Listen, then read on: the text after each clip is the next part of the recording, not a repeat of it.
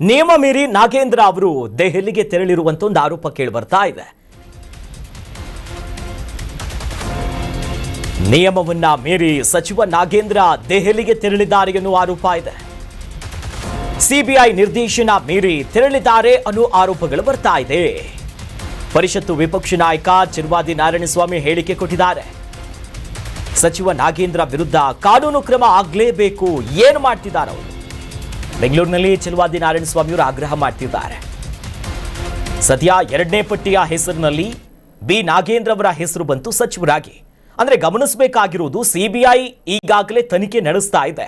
ವಾಲ್ಮೀಕಿ ಅಭಿವೃದ್ಧಿ ನಿಗಮದಲ್ಲಾಗಿರುವಂತಹ ಬಹುಕೋಟಿಯ ಹಗರಣ ಪ್ರಕರಣ ಒಂದು ಕಡೆಯಾದ್ರೆ, ಆ ನಂತರದಲ್ಲಿ ಅಧಿಕಾರಿಗಳ ಮೇಲೆ ತೂಗುಗತ್ತಿ ಬಂತು. ಇವರು ಸ್ವಲ್ಪ ಮಟ್ಟಿಗೆ ಕ್ಲೀನ್ ಚಿಟ್ ತರ ಇದ್ರು, ಕಂಪ್ಲೀಟ್ ಕ್ಲೀನ್ ಚಿಟ್ ಇಲ್ಲ. ಯಾಕಂತಂದ್ರೆ ಕೇಸ್ ಇನ್ನ ಕೂಡ ಆಗ್ತಾ ಇದೆ. ಮತ್ತೊಂದು ಕಡೆ ರಿಸ್ಟ್ರಿಕ್ಷನ್ಸ್ಗಳು ಕೂಡ ಇದೆಯಂತೆ ಅವ್ರ ಮೇಲೆ. ಆದರೆ ಇದರ ನಡುವೆ ಕಾನೂನು ರೂಲ್ಸ್ಗಳನ್ನ ಮೀರಿ ಇವರು ದೆಹಲಿಗೆ ಹೋದ್ರು ಅನ್ನೋದಾಗಿ ಪರಿಷತ್ತಿನ ವಿಪಕ್ಷ ನಾಯಕ ಚಿರುವಾದಿಯವರು ಮಾಡ್ತಿರುವ ಆರೋಪ. ಇನ್ನು ಭ್ರಷ್ಟಾಚಾರದಲ್ಲಿ ಭಾಗಿಯಾಗಿದ್ದಾರೆ ಅಂತ ವಿಪಕ್ಷ ನಾಯಕರು ಹೇಳ್ತಾ ಇವತ್ತು ಬಳ್ಳಾರಿಯಲ್ಲಿ ಮಾಜಿ ಸಚಿವ ಶ್ರೀರಾಮುಲು ಕೂಡ ಅದ್ರ ಬಗ್ಗೆ ಸ್ಟೇಟ್ಮೆಂಟ್ ಕೊಟ್ಟರು. ಕಾಂಗ್ರೆಸ್ ಭ್ರಷ್ಟಾಚಾರವನ್ನ ಬೆಂಬಲಿಸ್ತಾ ಇದೆ. ಇದಕ್ಕೆ ನಾಗೇಂದ್ರ ಅವರೇ ಒಂದು ಉದಾಹರಣೆ. ವಾಲ್ಮೀಕಿ ನಿಗಮದ ಹಣವನ್ನ ದುರ್ಬಳಕೆ ಮಾಡಿಕೊಂಡಿದ್ದಾರೆ. ಜೈಲು ಹೋಗಿದ್ರು, ಜೈಲು ಹೋಗಿ ಬಂದವ್ರನ್ನ ಇವರು ಮಿನಿಸ್ಟರ್ ಮಾಡಿದ್ರು. ನೆಹರು ಅವರ ಕಾಲದಿಂದ ಈವರೆಗೂ ಕೂಡ ಭ್ರಷ್ಟಾಚಾರ, ಕಂಪ್ಲೀಟ್ ಕಾಂಗ್ರೆಸ್ ಭ್ರಷ್ಟಾಚಾರದಲ್ಲಿದೆಯಂತ ಒಂದು ಕಡೆ ಚಿರುವಾದಿ ನಾರಾಯಣಸ್ವಾಮಿ ಅವರು ಅಸಮಾಧಾನ ಮತ್ತು ಆರೋಪ ಮಾಡಿದ್ರೆ, ಈತ ರಾಮುಲು ಕೂಡ ಗರಂ ಆಗಿ ಸ್ಟೇಟ್ಮೆಂಟ್ ಕೊಟ್ಟಿದ್ದಾರೆ. ವಾಲ್ಮೀಕಿ ನಿಗಮದಲ್ಲಿ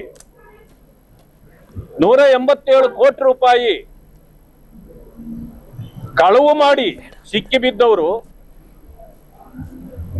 ಆವತ್ತಿನ ದಿವಸ ಜೈಲಿಗೆ ಹೋಗುವಂತ ಪರಿಸ್ಥಿತಿ ಉದ್ಭವ ಆಗಿತ್ತು ನಮ್ಮ ಹೋರಾಟದಿಂದಾಗಿ. ಕೋರ್ಟ್ನಲ್ಲಿ ಇನ್ನೂ ಕೇಸ್ ನಡೀತಾ ಇದೆ. ಅವರು ಕರ್ನಾಟಕದಿಂದ ಹೊರಗಡೆ ಹೋಗಬಾರ್ದು ಅಂತಕ್ಕಂಥ ಆದೇಶ ಇದ್ರೂ ಕೂಡ ನಾಗೇಂದ್ರ ಅವರು 2 ಬಾರಿ ಅದನ್ನ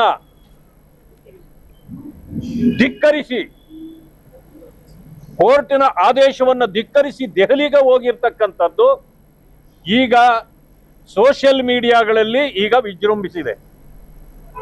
ಈ ಕಾರಣದಿಂದ ಅವರ ಮೇಲೆ ಶಿಸ್ತಿನ ಕಾನೂನು ಕ್ರಮ ಆಗಬೇಕು.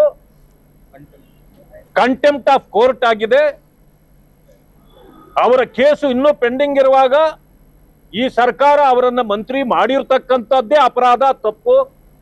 ಈಗಿದ್ರೂ ಕೂಡ ಮಾಡಿದ್ದಾರೆ. ತಕ್ಷಣ ಅವರ ರಾಜೀನಾಮೆ ಮಾನ್ಯ ಮುಖ್ಯಮಂತ್ರಿಗಳು ಪಡೆಯಲೇಬೇಕು. ಇಲ್ಲ ಅಂತಂದ್ರೆ ರಾಜ್ಯಾದ್ಯಂತ ದೊಡ್ಡ ಹೋರಾಟ ಆಗುತ್ತೆ. ಕೋರ್ಟ್ ಕಂಟೆಂಪ್ಟ್ ಆಫ್ ಕೋರ್ಟ್ ಆಗಿದ್ರೂ ಕೂಡ ಸರ್ಕಾರ ಅವರಿಗೆ ರಕ್ಷಣೆ ಕೊಟ್ರೆ ಸರ್ಕಾರವೂ ಕೂಡ ತಪ್ಪು ಮಾಡ್ದಂಗಾಗುತ್ತೆ. ಕರ್ನಾಟಕ ನ್ಯೂಸ್ ಬೀಟ್ ಫಾಲೋ ಮಾಡಿ, ಸಬ್ಸ್ಕ್ರೈಬ್ ಮಾಡಿ.